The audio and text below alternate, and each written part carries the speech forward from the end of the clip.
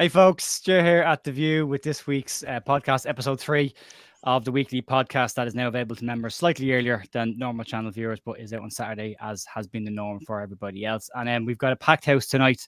I did invite Joe, but I'd invite everybody else as well, and then realized I can only put 6 people on a camera, but Joe gracefully will be here next week and not this week. He's busy tonight anyway, so that's the Joe explanation out of the way to stop any messages and tweets coming in. So we get that one out of the way. We'll fly through who's here. We've got Max from Leeds lately. Max, how's your week been? How you doing, mate? All right, thank you. Yeah, some good news coming out that we're going to get into, and hopefully more to come next week. So I'm starting to get excited about the season now. Yeah. Kate from Leeds Bird Rants. Kate, how are you? I'm good, thank you. Yeah, good to be here again. Thank you very much, Jer. Anytime, no problem at all. Below Kate, we've got Ben, Lucky Leeds. Ben, how's things? Good. Best time of the week this been on your show, Joe. So looking forward Say to that it. to all the girls.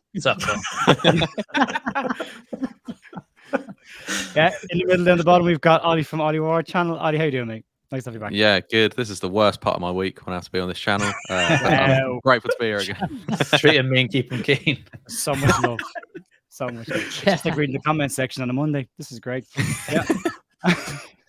And below me, we've got Michael Maynard from at Leeds Faithful on Twitter, and a regular contributor on the Leeds American Leeds podcast with Alex, as well as NBC in Canada for Premier League stuff. Michael, how are you doing? And thanks for coming on. I'm great. Thanks for having me. Anytime. Delighted to have you. I'm finally trying to get you guys on here. We've been doing this for a year. I'm trying to get you guys to come in. Time zones mess us up, but we got there. So we've got a lot of stuff to get through tonight. We've had a really, really busy week with Leeds this week. On the back of last Friday's podcast, where we had a very depressed Joe Wayneman sitting sideways in his chair, looking like the world had ended because everything was going wrong at Leeds. Lo and behold, within 24 hours, Leeds had a takeover, had a signing in the door, and lots of stuff was happening. So we're going to just talk briefly about the takeover this week and get everyone's thoughts on it. We've got a signing in the door as well, but we also want to look forward to next week because Fabrizio Romano has everyone hanging on the edge of their seats with busy week for Leeds next week talk.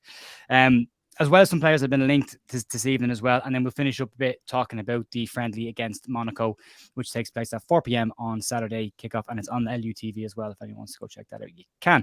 So we'll start off. Takeover's done fully, 100%. Radrizzani has left the club. There's been a huge amount of people behind the scenes. We've already started seeing them literally pulling the foundations up and replanting brand new seeds for new trees. And that analogy was just off the top of my head and not very good. But it's been positive from my perspective. Marate's comments and the open letter in the Yorkshire Post as well, I think, would have calmed a lot of people's nerves. Max, did it calm your nerves? Yeah, it did. And I like to think that it is a proper fresh start this time. And the fact that they're restructuring as many things as they are really is one of the most positive things for me. They can see what needs to be done. And whilst they've never ran a football club before in an English sense, they have ran massive sports franchises before. So they know what they're doing, the infrastructure of a club, especially somebody like Parag Marate.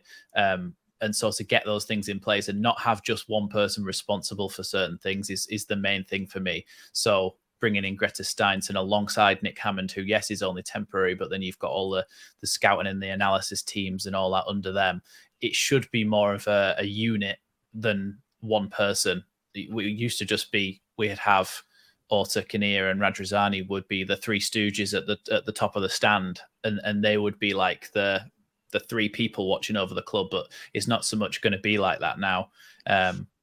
The idea of a director of football is going to be spread over multiple people. So it's not just a single point of failure, which to me is one of the main things that has gone wrong over the last couple of years. Yeah, Kay, where do you sit on this? Because there has been a lot of talk. We've obviously heard Radrizzani's exit interview. It took me 2 days to actually watch it because I just didn't want to hear it. Me too. Yeah, it's a tough one. But when you listen to it, outside of nearly figuratively and literally throwing Orta under the bus, where are you now with things? Having seen Marate's comments and seen what Radrizzani has said, where are you sitting on the whole thing? I think that basically, I thought it was shocking. Like you, I couldn't watch it. To be honest with you, I haven't watched the whole thing. I've sort of dipped into transcripts. but it just shows you the absolute sort of gulf between the caliber of ownership of Radrizzani and 49ers Enterprises now. I mean, I know we've been desperate for content, for news, for information. We still are, but if you sort of look at it, it's been conducted in a very professional manner, very measured. Murate and the other guy, what's his called? Rudy Klein Thomas. Yeah, Thomas. They've shown a great deal of respect for the club, for the fans, for the city. That open letter, I think, was a masterstroke, and they've been completely transparent about their goals. They've given fans a plan, a vision that we can all buy into. And I think for me, I see it, I really do feel confident and comfortable. I've talked about this in my channel. It's not necessarily the fact that we will go up next year. I'm not even suggesting that, but there's a chance we could. And if we don't, then I have full confidence it will happen the season after that. So the mentality is positive. It's I don't know. I think it is an incredibly positive step, and I'm really happy. I'm really confident about and excited about the future. A lot of great points, Kate, and the feeling you got from it, and that was one of the things that stood out to me from Murate's statement. And when I watched the interview, which was great to see, it was on LUTV or on LeedsUnited.com's page that the interview was done. It wasn't a Sky Sports exclusive. There was no big parade. It was, we're doing an interview at the local channel, our channel, and then I'll put a letter out in the local paper, and that's it. That's you guys. And I think the change, I felt by the end of it, and I did a video, my Monday morning video on it. I kind of got a little bit emotional towards the end of it. I just kept, I was smiling a lot more than I had done. I was finding it very hard to kind of keep myself professional and then kind of go, just get through this. It was like, there was a lot of hope came back. Lucky, are you in that same bracket? Did you watch it and go, yeah, we're in a good spot? Yeah, I really enjoyed it. And then to further on that, I really liked when we signed Ampadu and they did a little FaceTime. And look, whether it's planned, I don't care. Like, he sounded so energetic and, kind of raw with what he was saying. It wasn't all corporate. It was like, we're going to go, you're the main man and all this stuff. And Rudy Klein Thomas, for me, is really interesting. The fact he was there speaking to the players, there's an air of chip on the shoulder. I think these guys want to prove out of America, because obviously they've done incredible things in America. They want to prove out of the States that they can do it here too. And Rudy Klein Thomas, for me, is a person who, you look at his journey, the way he's come up, it's so quick and he's done really well everywhere he's done. He's one for me who, I don't know where he'll be here every week, but I think he'll really take to this project massively. Yeah, I really like what he said as well. And Parag, we know about Parag. The interview was great, but Rudy Klein Thomas for me is a little under the radar. I like him a lot. Give me good feelings. Yeah, smooth operators is what I kind of was drawn to when I saw him speaking, and I've seen some stuff about him. Ollie, it's been a busy week for you as well. You've had to digest all of this and get content from it as well. How are you feeling on the whole situation? I'm happy. It feels like, I similar to what Kate said, I'm not saying we're going to go straight up, but I think we've now got more of a fighting chance. It seems like now we've got, some stability, which we've been like crying out for since we've been relegated. And it felt even since, I think the first sort of stability since, Bielsa left, obviously Marsh came in, we thought we had a plan. And then from then, when we had in Scoobs for a bit, Javi Gracia, Sam Allardyce, it never felt like they were Leeds United managers. It felt like they were substitute cheaters, like here for a few weeks, never supposed to actually be our manager. And Daniel Farke's come in, and I feel like he hasn't said too much, but I feel like he gets it already. The 49ers are coming, they get it. The players are buying into it. And weeks ago, we're saying, likes of Adams, Gnonto, all these, they're already off. But, if they could buy into something now, it could be a good season. But yeah, no, I feel there's a buzz around Leeds United at the moment. And me personally, I can't wait for the season to start. Yeah, there's a lot of excitement. I'll show the brand new hierarchy that the Athletic put together, which is great to see. All of a sudden, we've got department heads now who are now answering into Angus, and then into the board, which is great to see that as well. It's nice to have proper structure. Michael, we've spoken a huge amount on the American Leeds podcast about the 49ers and the takeover and what they're like as an organization. We've now seen the first steps as an owner of a soccer / real football team, for lack of a better term there. What do you make of the whole thing?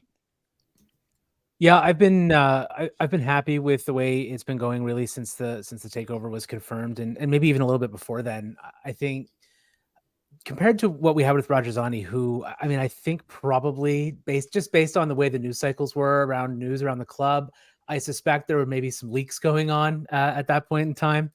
And the 49ers so far have been as tight as a drum. Like, we're not really getting anything out, which may be a little bit difficult for content creators. But at the same time, it also shows a certain level of professionalism that I hope we can continue to expect from them. I remember when Rajazani first came in, and I'm sure everyone will remember, just in terms of the professionalism change, the shift in tone, the way that things were being run a little bit better from what they were before under Cellino. And it was improvement, and it was a bit of a breath of fresh air. And these kinds of changes will often be that. But I almost feel like we're now taking it to the next level that we sort of need to in our evolution as a club, coming back from, all the difficulty, obviously, that we've had over an extended period of time. So it does feel like the next step in an evolution. And I think that the fact that we have some, I think it was just said earlier, some smart operators now working is sort of in the background to sort of build out a proper team to manage these things is a really positive step. Yeah, it is. And I suppose we should say when Rajazani did take over from Cellino, things did get better, and we did get us promoted. We did get Bielsa. There was some good stuff there as well. Certainly. The bar was incredibly low with Cellino in terms of professionalism. So, this is the brand new structure hierarchy. I'll zoom in a little bit so we can see it a bit better. No, I can't zoom in because my screen is smaller. There you go. So what we've got are these new department heads that are popping in. So Greta Steinson, brand new technical director, will work alongside Nick Hammond. Phil Hay was saying tonight there is a possibility Nick Hammond may be retained, depending how. But there's a lot of positive noises behind the scene around how Nick Hammond's reign in this role has gone so far, even though it is currently temporary. Rob Price, head of medical performance. Adam Underwood has moved into a new head of football operations role, which didn't exist. This is the splitting up of the director of football role. And then Hannah Cox is the head of football administration. And then you can see below Farkas assistants there. But then Angus Kinnear has this nice little proper CEO role where it's not Rajazani, Orta, and then Kinnear. I heard him... Orta's time described tonight by Phil Hay as he sat in board meetings as if he was part of the board when he really wasn't ever part of the board, but was treated the way he was. And again, you heard Rajazani's comments about trusting Victor 100% is dangerous, and yet he did. But now we've got this nice top hierarchy as well of accountability as well. Pete Lowy, who we know a little bit about as well, but has been there at the club for the last couple of years and been very visible in the last 12 months. Rudy Klein-Thomas, who the more I read about him, the more impressed I am from what this guy can actually do to the club, even just in terms of further investment or further marketing potential is huge. And then Parag Marathe, who has said all the right things, and I keep going back to this, a good chairman says nothing. And I just thought... Those comments, particularly, Michael, were you happy to hear that interview where he said, a good chairman will be in the background, hire the right people? Yeah. I want to hear a lot less from them, just sort of on the daily. I want to hear from them when big news, necessitates it, and that's about it. I think every once in a while it's important for an owner or a chairman to come out and do sort of a big interview with somebody just to let everyone know sort of what the direction is, what the plan is, that sort of thing. But then step back. I don't want to see the tweeting. I don't want to see those types of interactions. I don't want to see the aggravation. And I don't necessarily want to see, the CEO for some odd reason having notes in the programs either. I mean, that's just bizarre and always has been to me. And I hope that's something else that also stops. Yeah, I keep saying this. I always felt I have referred to Angus Kinnear as a gaslighter on several occasions when it comes to program notes, but then I've kind of rolled back a little bit on the last couple of weeks thinking maybe he was the scapegoat. Maybe he was the two lads pushed him to the front, and if anyone takes the flak, it'll be him first before, hey, we didn't write those program notes. I wasn't even in the country kind of thing. Ollie, do you think the structure gives us the right kind of change? And were you happy with what you heard from Marathe? Yeah, I mean, I think it's about time we had a proper structure. Like you said, I think it was kind of like, it did feel kind of when you had them three up top, like Orta, Rads and Angus, it kind of felt like it was a bit of a boys club, bit of a laugh. And they kind of, like you said, it started off good when Rads came in, but then we became the joke of the league again. And, I think this is definitely, the structure in place now is definitely something, us fans can get behind. And I think it's just that communication is back, like in a good way, not communicating over tweets, communicating over, right, we're putting this out, and we've actually got some stability there. And I did watch all of Parag's interview, and he just came across really likable. He came across honest, and it was just a nice, like a lot of you have said, just refreshing, really. And I just hope it all goes to plan and we can have a good season. Yeah, fingers crossed. Lucky, anything stand out to you from what Morate was saying or his open letter? It's just a feeling I got from him. It seemed, and wait, look, in 12 months' time, we might be saying something totally different. But always possible. He just seemed genuine. He seemed quite excited by it all, and he said the right things. Of course, he prepared for it. But the last question, he said he wasn't prepared for, and he took him for a shot. But he still answered it in a way which I was happy with. He didn't over exaggerate. He said he wanted these things. We're one of the biggest clubs and all that, but he didn't say it's going to happen. He said we're going to try and do it. It's a process. He's not saying, next year we're going to be in the Europa League, which we've heard before. He said we're going to get the infrastructure, get everything right, and then we'll see performance on the pitch can do that. He's not promising unrealistic things. He's just expressing what he thinks the club can do, and I think we all agree with him. The size of Leeds, it's one club city and all that. I'm honestly excited by it all. I can't wait. Yeah, he did reference the one club city thing as well, which is key in terms of investment. Katie also said something that I thought was very interesting. I will make mistakes, but I'll also get some things right. Is there an honesty level there that's a bit refreshing? Absolutely. I mean, he is transparent. He basically outlined how and why he's suitable and best placed to kind of lead this project forward. And he is, he's experienced, and he's obviously he's very pragmatic. He's learned along the way. He's learned from mistakes, and he will make mistakes. We all do, but there's making mistakes and learning from them, and and then just making them as they have been done, and just kind of washing over them like we've seen. But for me, it was also his ambition, his absolute ambition and belief in this club, that given the right tools, we can achieve great things once again, and that makes you feel good, because I trust him to deliver the tools. Like he said, there's something about the guy. He just seems honest, very experienced, and just sensible, and winning mentality as well is something that came across for me as well. And I think this is another sort of thing about American sports, isn't it? There's always that winning mentality. I mean, I know it's different, but you've seen it in Wrexham. I mean, they're determined to do something with that club, and they will. I don't know how far they're going to go, but it's just this can-do attitude. I'm buzzing. I'm really excited. Yeah. That was the first thing on the Wrexham thing. Actually, there's a parallel there. I think when you looked at McElhenney and Deadpool, Reynolds. I have all the names to remember. I remember McElhenney, who's probably I don't watch, but I don't remember. You forget. Remember the Irish name. Yeah, absolutely.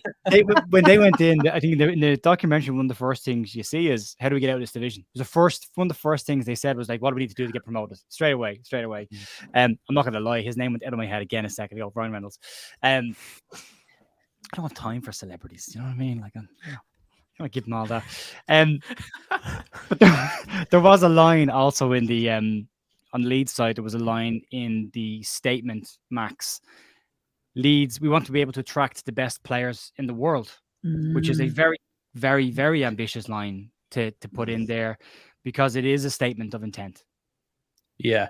And the thing is, they've obviously had past experience of developing the stadiums and stuff, making state-of-the-art facilities, basically, to be able to attract the best players. I know it's a different sport, but still the idea is there that they develop the stadium, they make it state-of-the-art. Obviously, Thorpe Arch will come into line with that as well. Everything will be as good as it possibly can be. And as long as we've got the infrastructure in place and we are at a decent level in the Premier League and we're progressing steadily, then, you could start to see us attracting properly world-class talents.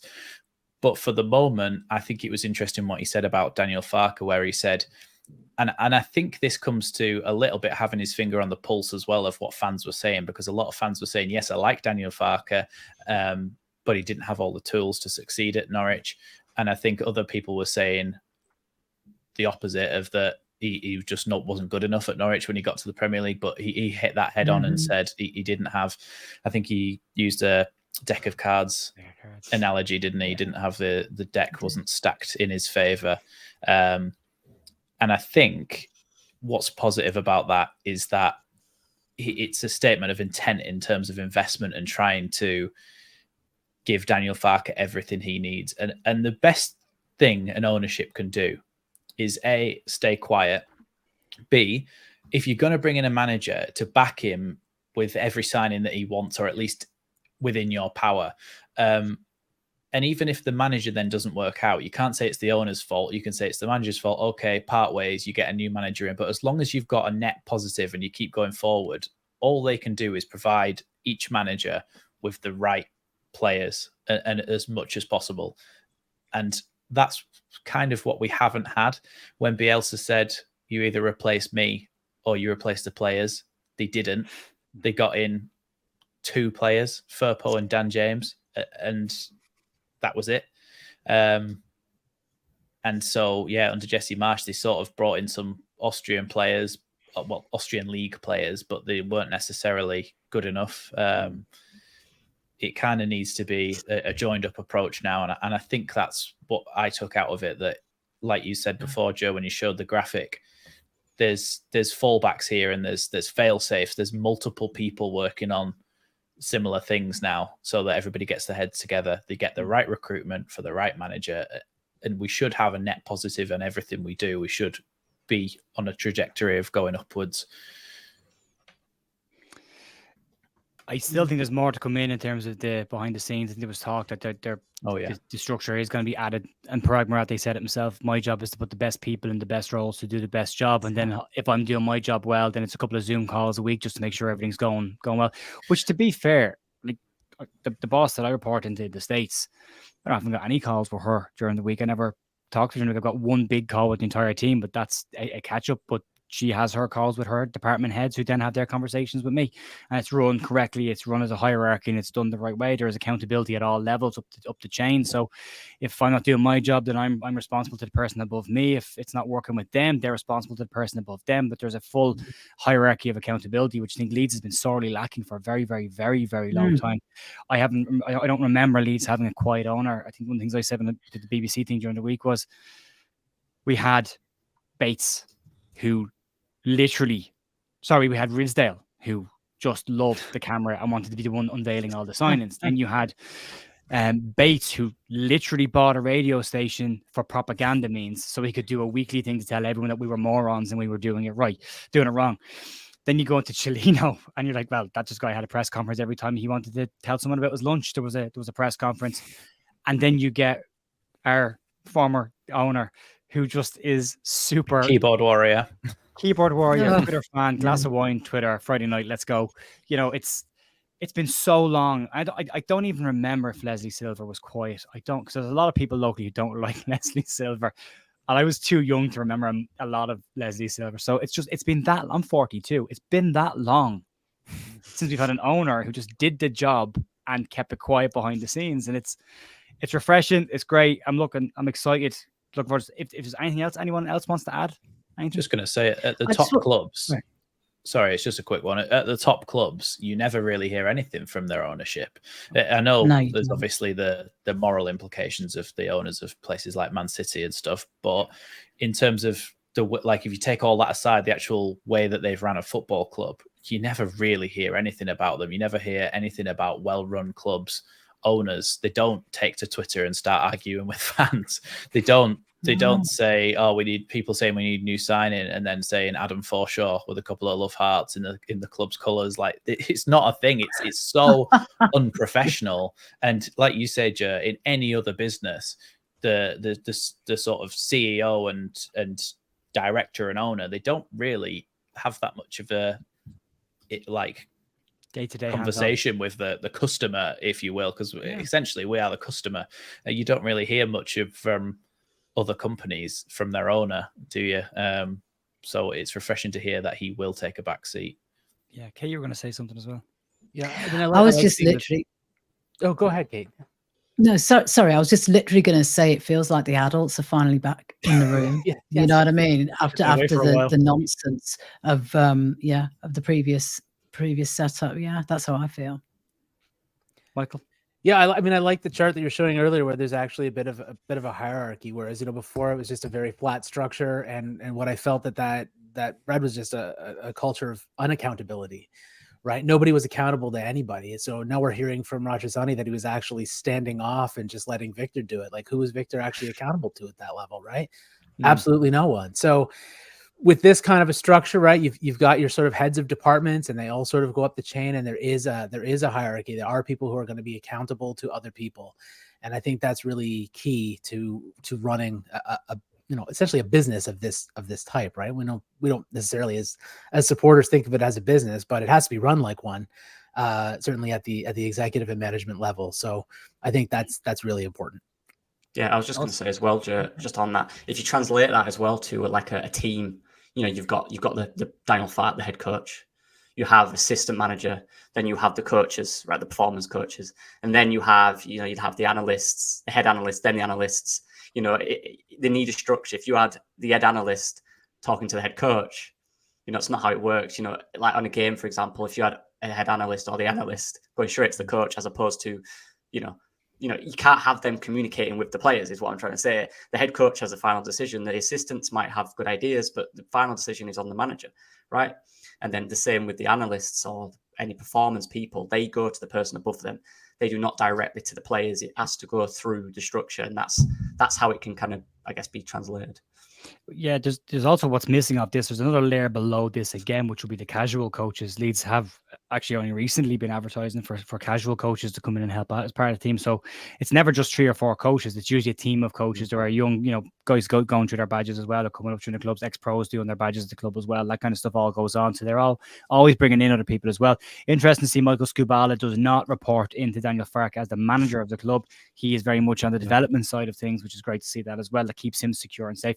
And I'm very happy to see Skubala remaining at the club, because I think he did a very good job at the under-21s last season before he moved into the first team, and he did, again, he handled himself incredibly professionally last year when he was trying a flaming ball to handle with 2 back-to-back games against Manchester United. So tough one, but he's still there. It's great to see it as well. But yeah, as we said, there's more to come on that as well. But talking about things to come and have come, we've got a signing finally in the door.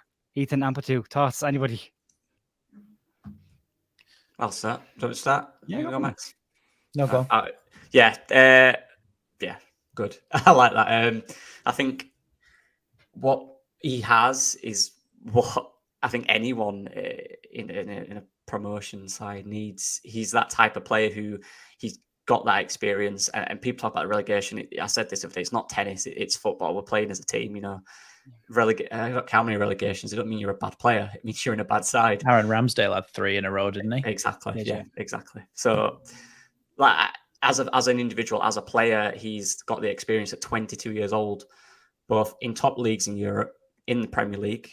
At 19, he was in the Premier League, starting every game for Sheffield United. Good experience. Playing in the Serie A for 2 years, 40 odd caps for Wales. So just on that, the experience is there. As a player, and in terms of attributes, he's everything we need in a midfield. I'd be interested to see what Adams, if they'll work together. I think there is a way they could. I think Fat will have to slightly adjust the way he plays, if that's the sense. But if you've got those tools, those type of players, you do slightly adjust, don't you? You know what I mean? If you had a Pablo Hernandez, for example, he doesn't fit your necessarily style of play, you get him in, Rafinha as well. So, I'm looking forward to who we can bring around him. I think we need a 10. Definitely, but Ethan Ampadu is really good for me, box to box. He can break it up. He can even sit in between the centre backs when we play 2 high fullbacks, cover all that space. Yeah, it's a really good, smart signing for Leeds. I think decent value as well.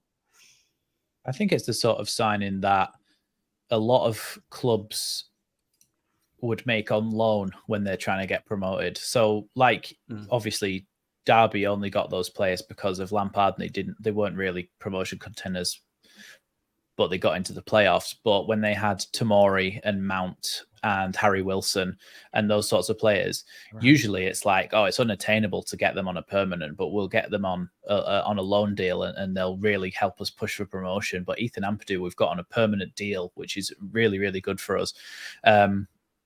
People saying how he was terrible at Sheffield United and stuff. He was 19 years old. He was played as a centre half, which I also don't think is his best position. I know Andrea Russo was mentioning how when he played out in Italy, saw a bit of him and that he was best placed in that holding midfield role, like Lockie says. So you'd imagine that he'd be the sort of player to go and sit in there as a bit of a destroyer. And like Lockie says, traditionally Farke would have somebody like Ampadu next to somebody who is a little bit more of a box-to-box midfielder who can come back and help out as part of that too, but I can get forward a little bit as well. Somebody like Glenn Kamara would do a little bit of that job. But if we have Tyler Adams and Ethan Ampadu, you kind of do feel like they would both start. But the thing that people forget is that this is a 46-game season. So we also need different options in different games. You might think, okay, we're playing Leicester away. We're going to have Ampadu and Adams sitting in there so solid as a base. But you might think, oh, actually, we're going to one of the lower teams at home and we're going to play with a more attacking midfield. And so it's not necessarily that he will line up the same every single week, because you simply can't do that in the Championship. But Ethan Ampadu will get his fair share of minutes, even if he has to sort of deputise at centre-back sometimes. I saw on the Square Ball, actually, interesting that I hadn't really thought about that. They compared it to Bamford's move on loan at Chelsea, been at Chelsea for his whole career, on loan bounced around a lot of different clubs, especially in the Championship and stuff, and then signed for 7 million, which is the same price. But Bamford was a little bit older. Obviously, it's a different position and stuff as well.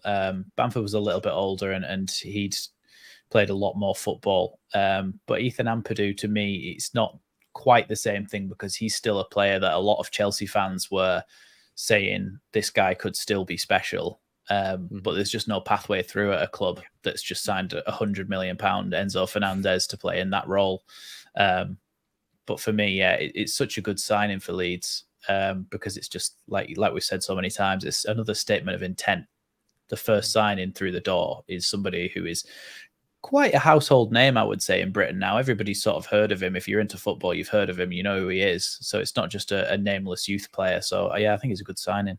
I think there's also scope to try him in box-to-box. Yeah. Because one thing that stood out for me from his stats last year was his progression on the ball as an actual centre-back was some of the best in Europe in terms of centre-backs progressing the ball forward. So if you translate that into a box-to-box role, maybe Farke's seen that and maybe he likes that, then you can have Adams sitting. I don't know. It's exciting to see. He's a good player, really good player. It's a statement have options. Yeah, and everyone said, statements on and come back to options. I think people think when we sign players, they go, well, why? That's where Adams plays. We can't. That's not how football works. We've been crying out for years to have some squad depth, and then as soon as we get it, people are saying, well, that means he's leaving then, and it's not that. You know what I mean? It's a 46-game season. It's competition. We need competition, and it's not career mode. It's not one in, one out. It's literally we've got a squad here. And we need to build it. So I think it's such a statement signing, and I'm really happy he's coming. And what I did take from the uncut videos on Leeds' YouTube channel, it's just, I know it's a bit odd, but just how polite he was. He was just a nice guy. Too. He was just a really nice guy. Like he's speaking to everyone saying, "Hey, how are you? Yeah, I'm good, thank you. How are you?" I think there's something about that. He's just a likable guy. I can't wait that he's going to smash it. I think there is something in that, Ollie, because we've seen in the past when Leeds didn't sign Ben Rama because of his silly haircut video, and we thought the club obviously thought he was a bit full of himself and they weren't wanting to sign that player. So at least the last ownership had that thing where they were a bit like, we don't really want to sign people with massive egos, and I think that was partly what Bielsa wanted as well, because people with massive egos might refuse to do the stuff that Bielsa was asking them to do. 100%. But like you said, I hope they continue that, because it's nice to have likable players, even though some of our players haven't performed over the last couple of years, and we've got rid of a lot of them. And people have said, I wasn't really that bothered about them anyway. you could never say that they particularly got themselves in the papers for doing anything ridiculous, outlandish. They always seem to get their heads down and get on with it. And they were trying, but they just weren't quite good enough. But I hope they continue to bring in the sort of players where, like you say, it seems like a silly, insignificant thing, but the fact that he's just so polite when he goes in and he just seems keen and willing to get on with things, it's a good sign. And the personality of a player can say a lot as well. Yeah, no, 100%. And I think we get a lot of players that I think, like you say, continue that pattern of side before self. And I think that's what a lot of our signings has to come in and be, because, last year, I think we all admitted we had one of the most, unlikable squads. Just they felt like there was a lot of egos, a lot of individuals. And hopefully we go through this pattern now where, because there's some stability, there is like kind of a family feel back to Leeds United. And I hope that, these players are humans at the end of the day. You can be good at football, but, you've got to be a good person as well. So hopefully we can continue down that path of signing good players, but also nice young men. And you know what I like about signing young players in the Championship? They're not here for Premier League football. And last year, you don't know whether someone's here for the club or here for Premier League football, right? In the Championship, no one wants to play in the Championship. They're not coming here to play in the Championship. They're coming here because they believe in the project and they believe in the coach and the club. So, and when they're young like that and they go to the Premier League with you, they're there for the right reasons. So that's good as well. Michael, what are your thoughts on the whole thing? Well, I'm really pleased with the signing, for sure. Like a lot of you, I think his best position is probably in that midfield role. He is a little on the small side for a center back, particularly in the Championship, which can be a rough and tumble league to be in. So, I wouldn't. He does offer some flexibility there, which is great. So if we need, in a particular situation, if we're protecting a lead or something, he needs to drop in, then he can do that. So I like having that, and I like having the competition for places aspect as well, which is not something that we've had. I mean, how often have we lamented trying to square pegs around holes, trying to make up for spaces because we didn't have competition for places with players that are actually fit for those spots. So I don't think him coming in necessarily means we have to move somebody out. In fact, I hope that's not the case, because I think we need to swell our numbers a little bit, especially in midfield right now. In terms of like what his role will actually be, but remember he's played a lot of football, and he, like was mentioned, he is a household name. I mean, I think even just with FIFA and stuff, he was sort of billed as a wonder kid, in his teenage years. So people know who he is, and it seems like maybe he's a bit older than he is, but he's 22. He's got lots of room for development still, lots of room for coaching. It's already been mentioned he actually has pretty good skills at progressing the ball from the back. So, with the right coaching, maybe he can be exactly the player we need him to be, in a different, more dynamic type of role as well. So, I'm happy about it. I'm optimistic that we can really make that work. And likewise, also glad that it was a permanent move rather than a loan. We still have room to bring loans in as needs be. So, and am I right in saying as well, just really quickly, he made his debut exit when he was 15. Yeah. That's crazy. He's got 50 Welsh caps at 22 years of age. So like he's a shoo-in for a 100 cap career, which is incredible at national level. Kate, depth has been mentioned. Permanent player coming in as a permanent. He's on a 4-year deal, but there is an option for a 5th, which is again that statement of intent. He's 22 now. His 4-year contract will bring him to 26. Then you're looking at extension, 28 peak years for a defensive midfielder, centre back. I think it is a statement of intent. I mean, I can't add really a lot to what the guys have already said, but the fact that his attitude is great. He is clearly somebody I think that we could take with us when we get promoted, and does obviously, like you've been saying, add squad depth, which we're going to need. I love listening to him. He sounds bright. He knows the history of the club, and he's willing to learn. And he gets on, obviously, with Daniel Farker and is buying into what he wants to do. I'm hoping that from what you guys have been saying, that we are possibly going to retain Tyler Adams, dare I say it, because I definitely do think there's space for both of them. And just a really exciting, ambitious signing for me. We'll stay with UK on this then, because that's the next topic to move on from the ownership and the first incoming is the potential exits as well. Murate name dropped Tyler Adams in his interview about wouldn't it be great to see kids walking down the street in San Francisco with a Tyler Adams shirt on their back. I don't think that was an accident. I don't think featuring him in the video where he goes in to talk to Ampadu was an accident either. I don't think the 49ers make accidents. I don't think that these things happen by mistake. I mean, again, we talked last week before the takeover about all these names that were coming out of the woodwork again. Russell Westbrook had come out and said he was an investor, and we said this happened the last time. This happened before the first announcement of takeover. Nothing ever appears to be a mistake. Greta Steinson comes in pretty quickly within 2 or 3 days. Everything is done. You're like, this isn't an accident. These were all lined up and ready to go. Go back to what Phil Hayes said a couple of weeks. Graham Smith said a couple of weeks ago about having 6 players lined up to go. Maybe not players, but there's definitely 6 individuals that have come in a pretty quick basis as well. Willie Gnonto has been a huge subject of talk and speculation. There's a mixed reports going around. Phil Hay has said on his podcast that as far as he knows, all the noise around Gnonto is coming from Italy, and he said that there's been no bid. According to Leeds, there's no bid, but according to Everton, there was a bid of 15 million, which was knocked back. No release clause, 4 years left on his deal. Apparently, according to Graham Smith today, he's not edging for a move either. I wonder, again, speaking of accidents, if you look at the Leeds Twitter account today, the images they're sharing from preseason all seem to be fairly pointed pictures. Chris Somerville gets a bit of stick today. Max, going back to your Ben Rama video, because I saw Chris' video on Instagram today and I got very strong Ben Rama vibes off it. I haven't even seen that. It was just a coincidence that I brought that up. Yeah, go on, they just put a pic of him up as well. There's a few people. Yeah, that's exactly what I was going to say. All of a sudden, then since that video goes up, Leeds now put a picture up of Chris Somerville in training, which is the first image we've seen of him training as well. We've seen Vober as well and Gnonto yesterday. This seems to be like these are deliberate stuff. Where do you sit on the Gnonto exit stuff, Kate? Because you've done a huge amount of stuff in the last week on Gnonto because he keeps popping up every single day. He is popping up every single day. I in my gut, I don't think he's going. I think that it's too. I think that they have a core of players that they want to keep.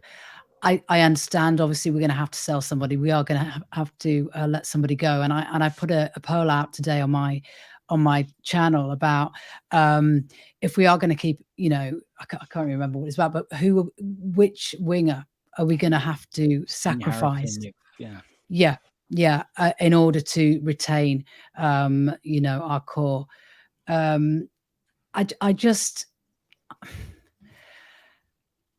don't want to be fanciful here, but I really think that if they want to keep him, I think they can achieve it. I think they need to sell it to him. And I like you say, Graham Smith says he's not pushing for a leave.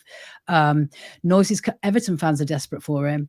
But I can't see it. I just can't see it. I don't think there's any, like we said, the 49ers don't run their mouths after whatever happens. There's a lot going on behind the scenes, and I think they are working to kind of keep these core of players together. I hope they are, and I believe they are. I don't think I'm being, like I say, fanciful thinking that. I think they need to be worried about, and not worried. Worried's the wrong word. Cautious, I think, is probably the one. Cautious, every player has a price, and we do have to sell players. And the transfer window still has 5-ish weeks, 6-ish weeks left, which feels like a very long time. I know. There will be offers for these players as the closer we get to the end of that window, and it's depending whether Leeds can hang on to them. Just open to everybody else. On exits, who do you think goes? Who do you think stays? Where's your thoughts on this? And this again, open to anybody who wants to step in. I think players go. I think Melier goes. I know, there's no bids there. I think he'll force a move out, personally. I think Melier. And I think, if anything, I think Somerville and Gnonto might go, which I feel might be a bit of a shock. I feel like you said, every player's got their price. I don't know why. I've just got a funny feeling. No one said anything or anything. I just have a feeling, like you said, there's still 5 weeks, and Daniel Farke has even come out and said, I don't know who's going to be here come the end of August. He's already said, he can't decide that. I think there's a few players that might be going. but I don't know. I mean, has anyone even heard of Jack Harrison? Like where's he been? No. Like, is he still injured or? Injured He hip has injury. been at Thorpe Arch. He has been at Thorpe Oh, Arch. has he? He's doing Oh, stuff okay. with the But, medical team. He's got apparently a hip issue that he picked up towards the Yeah. back end of the season, which is why he missed the end of the Oh, season. okay. He had an operation on it after the season finished, so he's recouping. Like, will he want to play again in the championship? Like, yeah, I don't know if I think he'll he'll want go. to. Do you know I what? don't. The funny thing with Harrison is for all the times I say this about him, and I'm sure I'll say it again next season if he does stay, the inconsistency. It's that middle block of the season where Jackie tends to go missing, but he starts the season on fire, finishes it on fire, and there's that bit in the middle where you're like, or just But that's why you It's a need bit depth. broad. And if we are able to have Ruter and Sinistera as our starting wingers and stuff, and have that rotation, then you'd like to think that maybe somebody like Harrison, even if he does have a blip, it would be covered by other players, and having that bigger squad helps that. But for me, I do think that Harrison, and the thing is, we've got to think about profit and sustainability. So we do need to sell a couple of players. To me, the best thing to do is to sell two of the most valuable players and basically cover ourselves for whatever incomings that we want to get, rather than sell a load of youngsters for 1 million, 3 million. Do you know what I mean? Small fees to make that up. I'd rather just, and I think I really like Jack Harrison, but I think he will go. I think he's good enough to play in the Premier League, and it's not like he's Sinistera or Ruter, where they're both still really young. I mean, how old Sinistera? I think he's only 23, 24, isn't he? 23, yeah. Jack Harrison's now into his prime, into his prime years, his late 20s. So he's the one where you kind of think he gets a Premier League move and he'll do well there. So I think he will go on, and I think Meslier as well. I really like Meslier, but I don't think we can afford to have another couple of seasons where Meslier is, yes, he's a good goalkeeper, he's a good shot stopper, but I think we need a different type of goalkeeper now. We kind of need a goalkeeper who's a bit of everything. Like, people compare, or Bayern fans certainly were thinking that Nubel was the second coming of Neuer, and you can see why Leeds would be interested in him, because obviously if he's anything like Neuer, he's good with his feet, and he's also a good shot stopper, good at claiming the ball. Over the recent years, we've lacked that. And so, yeah, I think opening up some space by selling Meslier and Harrison are the two for me that probably should go, and will bring in the most money for us to be covered completely for profit and sustainability. Yeah. Easy for me to say. Yeah. It makes sense, Max. The two that you might lose the least amount of sleep over in one sense, because you will understand, yeah, look, Jack's probably going to get a Premier League move. So you're kind of, like when Calvin left, you're kind of already resigned to he's going to move on at some point. Yeah. And but part of me thinks he stays because of just his reaction on the final game of the season. He actually looked like one of the few players who was genuinely devastated that this was over. Not just Leeds in the Premier League, but potentially him at Leeds was over. And it seemed like everything had done. Coming off the pitch, like before he even stepped off the pitch, you could see he was upset. And you're thinking, there's a realization dropping in with this guy. And maybe his heart is still here, but it's football, so you never want to get too attached to that prospect, because, you know, a big bag of money from Saudi all of a sudden changes everyone's mind. So, you know, not always Saudi. I don't think he'll go to Saudi. No, I think he will go to the Premier League. But from what I was saying, Max, it's the more logical approach, because it is big wages. You will get a decent fee for him. Meslier, decent wages. We'll get a decent fee for him as well. And then maybe you can hang on to everybody else. So from a logical point of view, you're already looking for a number one, and you've got a ton of wingers. That's another indication as well, isn't it, that the club have been so active on the goalkeeper front, looking for a goalkeeper, making bids on Darlow, making bids on Nubel. It's like they don't expect Meslier to stay, clearly, because they're making bids on loads of different goalkeepers. If you were going to keep Meslier and have Klaassen as a backup, then there wouldn't be much noise coming out about goalkeepers. But because there's so much, you've got to think that he's going. Yeah, I was going to say, Joe, as well.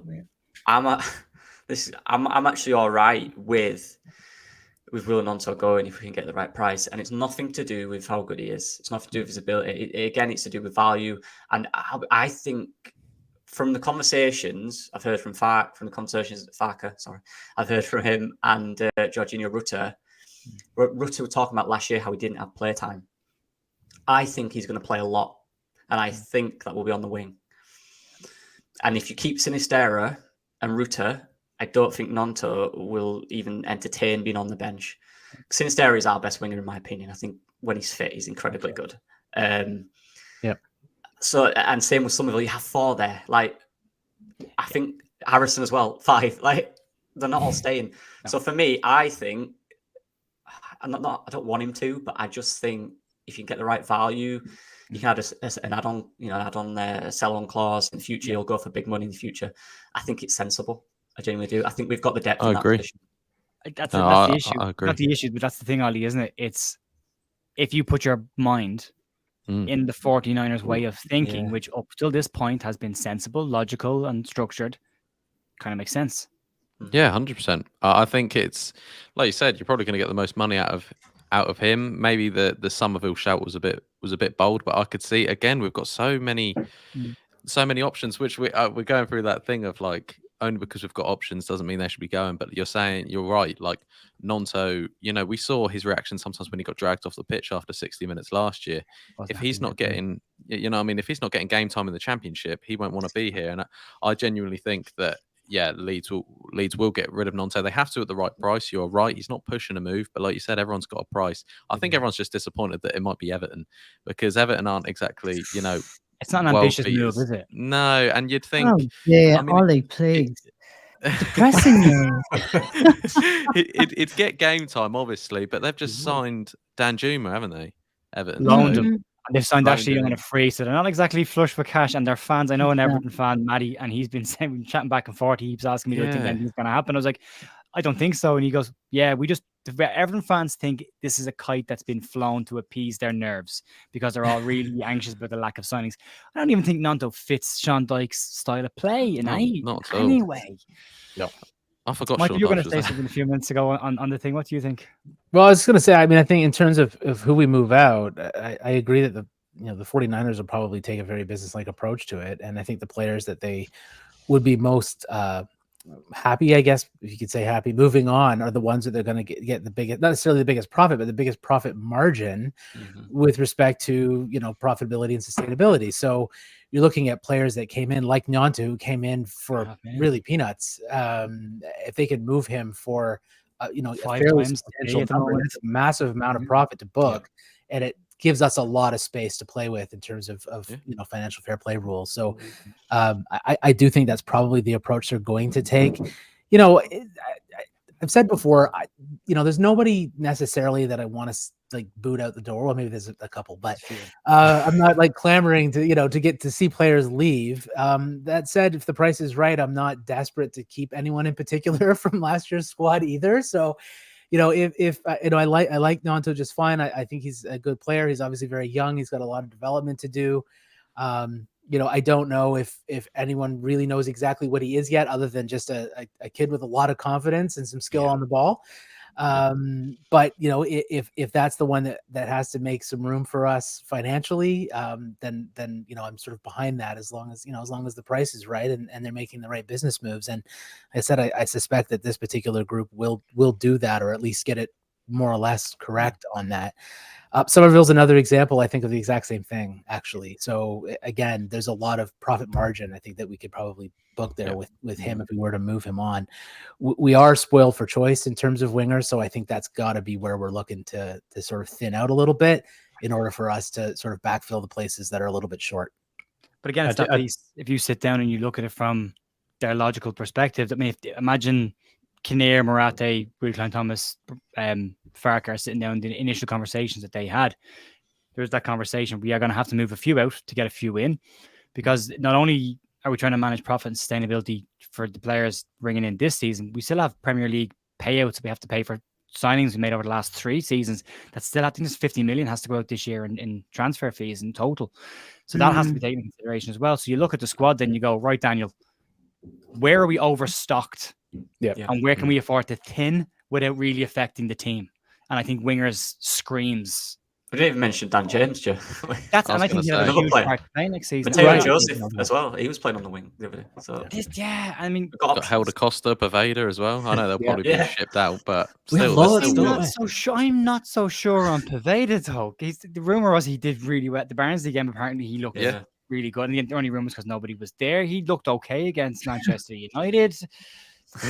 I said after the Man Well. United game, I made an early call and I said I wouldn't mind having Pervader as a bench option this season. Neither. Because I think I've always seen that he's technically good on the ball. And the thing is, we wanted him to bulk up a bit. He's done that now. So let's give him a chance because he's still only very young. And he's a City youngster that we signed. So the potential's still there. People are just sort of thinking that it doesn't exist anymore. As well, he came through as well. So he's come through good club. The thing about Pervader, and the only thing I'll say about Pervader in this is he needs to sort out his stuff off the pitch. That's been killing him over the last 2 seasons. I don't mean injuries. I mean his attitude issues, not necessarily attitude, but his reactions to stuff. Walking out of the Blackpool changing room when he was dropped, bad idea. He was kicked out of the squad for 2 weeks by McCarthy. He was brought back in. Mick McCarthy doesn't suffer fools lightly, and I think when he brought him back into the squad, that's an ability thing. Tony Mowbray spoke very highly of him when he had him at Blackburn. Injuries killed his season that year. So, I mean, the ability is there if you can sort out the attitude off the pitch. I think in the winger situation, I think some of the players we've mentioned, I think we could start seeing adapting into different roles. I would love to see Jorginho Ruder play as a 10 because I think he's at his best when he drops deep to get the ball and run at people. Agreed. You have that with who we just mentioned there a minute ago. Dan James will do that as well. He put the ball past people and run at them. And I think James will play a part next season. So I think they'll look at certain people and go, who's aggressive? Pervader will be aggressive when he gets the ball. He likes to turn and go at you. He likes to force people into mistakes. So look, we've a abundance of riches in those positions. I think they're the ones. You've obviously got Firpo, you've obviously got Bamford, you've always got Meslier then as well, that the conversations around keeping are moving out. I don't think we'll see any of the older guard go out like Surveil and Cooper because there's probably no point because you're not going to, as you said earlier on, Max, you're not going to make an awful lot of money on them. So what's the point, you know? Run out of time. So really quick, just want to move on. Romano has said next week will be a busy week for Leeds in terms of incomings, looking at several positions. There seems to be a bit of noise tonight around Joaquim Piqueres, who has come out of, I think he's in Palmeiras, is he? In Brazil. 24-year-old left back, Uruguayan, played. Bielsa picked him for his first squad. So lucky. Good enough. Yeah, I'll speak to Andrea, who has, some inside track, some problems with him. But look, I think Bielsa sees something in players. He plays them, and there's that energy, high energy. I think the problem with him is he's a bit reckless defensively. Seems to have a decent left foot on him, from what I've heard. I don't know a lot about him, just what I've been told. But yeah, if he's been identified by Daniel Farke and they think he's right for this, we've got to see what he can do. He's a big lad. He's very physical. 6'1", 6'1" left back. It's not quite Dan Burn, but pretty close for a left full. And like I said, if Bielsa plays him, there's always that little, he knows what he's playing. Yeah. Marcel Bielsa. There's obviously also the talk. We'll fly through this real quick because we want to get into the last piece. Mishu from Paris Saint-Germain was on loan to Sunderland last year. Has been mentioned quite a lot this week as well.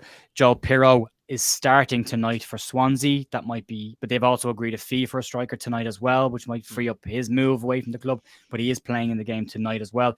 And Nottingham Forest have signed Elanga from Manchester United, I think. So that frees up Emmanuel Dennis potentially as well. So, and I keep saying this, I would not be shocked at all if we don't sign Kamara, Dennis, Pirro, and instead sign 3 players that we have yet to hear of and just come in the door, and we're all pretty happy about it. Moving on to the last piece before we wrap up. Monaco tomorrow, another pre-season friendly, but one we'll actually get to see. 4 p.m. kickoff in the UK and live on LUTV. What do we want to see from this? We'll start off, Ollie, we'll start with you, mate. What do you want to see from tomorrow? I want to see the 9 goals apparently we score behind closed doors, really. But no, what I want to see is just similar to, first half Man United game. I thought there was, some very, I actually had to watch it when I was back from work, but I saw, attacking threat. We look good. Rutter, Sinisterra on the back foot, picking up the ball, and counter attacks look good. I want to see us, maybe hold the ball a bit more. I'm excited to see who's playing. But yeah, no, I'm just excited to watch Leeds again. Do you know what I mean? And hopefully we can. I mean, it doesn't really matter if we win or lose. It's a learning thing, isn't it? But it'd be nice if we could get 3 points. That'd be good. Max, how you feel? What's your thoughts for tomorrow? Yeah, I'm looking forward to seeing personnel because in obviously the Manchester United game, we had a lot of players that were still on international duty, so we didn't have a lot of the under 21s. So we're at the international. It was the Euros, wasn't it? The under 21 Euros, which England won, which Charlie Cresswell was on the bench for in that final. So I'd like to see a lot of those players come back in. Charlie Cresswell, I would like to start. alongside Verba, maybe see a little bit of what their partnership could be like. And the main one is I want to see Ethan Ampadu in that midfield, and I want to see what he's about, really, what he can do in there. And I'm hoping game by game we start to see a little bit more Daniel Farke's tactics. We saw it a little bit in that first one. We saw that they were obviously already trying to play out from the back, getting a hold of midfielder to drop in and pick up the ball, and trying those different things that obviously Daniel Farke wants his team to do. So I want to be able to watch it and start to see the signs that Daniel Farke's ideas and way of playing are clicking into the players' heads. That's the main thing for me, other than the personnel, is just to see that you can start to see the patterns of play that we know Daniel Farke likes to do emerge. Michael, what are you hoping to see tomorrow from the team? Yeah, I want to see a tactical identity. Like exactly, what was just being said. I want to see some signs that the players actually have a sense of what their jobs are and what it is they're meant to do, and that they're not just out there freestyling, sort of collapsing on the ball and using that sort of the chaos. He's gone. He's gone. He's gone. I know. I'm so glad he's gone to Berlin. You're okay. Oh man. Anyway, yeah, I want to see signs that we are starting to get a tactical identity together. It doesn't, to me, it doesn't matter as much about what it is. I mean, I think we know what to expect from a Daniel Farke side, but I would like to see that being implemented. I want to see some progress there, that the players are starting to sort of take up the ideas that we sort of expect to be implemented. Case. Well, I'm going tomorrow, so I will be pitch side, and I just want to see. I want to see some of the guys that were on international back, Cresswell at the back, hopefully Ampadu, and to basically see a sort of the chap down here. Sorry, I've forgotten your name. Basically a tactical identity, because that's what we've been sorely lacking over the last, for a long time now. Yes. Organization, players who know what their role is, and keeping up that attacking threat going forward that we showed in the first half against Scum. Yeah. Lucky, last words on. I think what I want to see is that a strong side. I want to see a side that best resembles our best team, I guess you could say, because we've not seen. We saw the Man United game; it was mixed, wasn't it? I want to see a team which I want to see Gnonto in there. I want to see Ruta. I want to see Ampadu. Obviously, Tyler isn't fit, is he? So he won't be around. But Cresswell, but I want to see what on paper is our best side and one that could start the season, because I want to actually see what they're like together. Identity. I want to see that, and a lot of running and fitness. I would. I think Monaco are a good side though, so it won't be so easy. They are a decent No, it won't side. be. The fitness thing also, we didn't touch on that at all, but seeing the players asleep in Thorpe Arch on beanbags, if only they had had the sleep pods which are put in there to help them during this time of the year and weren't ripped out for a media centre and a bit of fun. It's a shame, but it looks like they're going through an awful lot of hard work. It looks like they're doing double sessions, which they didn't do last year, which we saw the legs weren't there at the end of the season. So that's, it's nice to see Bill looking absolutely shattered in training going very thin. And I don't know, might even you, Michael, that put the message, or somebody put the message up going, look at Bill, not an ounce of fat on the guy now. Like it's back in Bielsa shape, which I'm excited about. Folks, that's going to do it just over the hour. Massive thanks to every single person that's been on the stream tonight. You can follow all of them on their channels. So you've got Max Leeds Lately, Kate Leeds Bird Rants, Lucky Leeds, Ollie War channel, and you can get Michael over on Twitter at MaynardM on Twitter.